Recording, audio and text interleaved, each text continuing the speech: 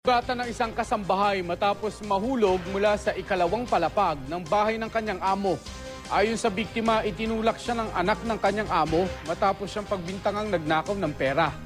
Makibalita tayo kay Oscar Oida.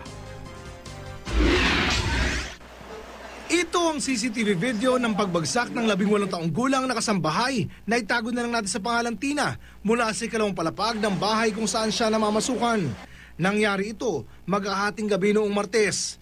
Nagtamo ang biktima ng mga galos at kailangan pang lagyan ng benda sa ulo. Kwento niya, itinulak umano siya ng anak ng kanyang amo. Matapos magbintangang nangupit ng 100 piso mula sa tindahan na pag-aari din ng kanyang amo.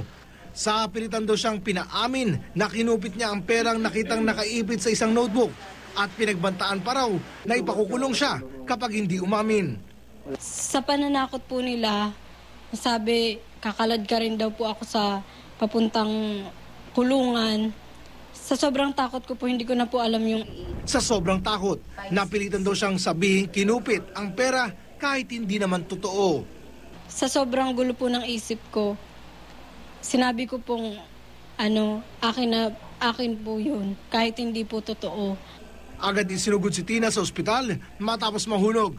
Ang una niyang kwento, tumalon siya mula sa bahay. Matapos makalabas sa ospital, pumunta siya sa barangay hall at nag-iba na ang kwento niya. Sa isang text message naman ng amo, tumanggi na sila magkomento at sinabing hihintayin na lang nilang lumabas ang katotohanan. Sa ngayon, wala pa namang formal na reklamong isinampa. Nihintay lang po yung medical niya. After 3 days daw po bago makuha sa PGH po. Tumutuloy muna si Tina sa barangay hall at nakatakdang bisitahin ng kanyang mga kaanak mula sa probinsya. Oscar Oida, GMA News.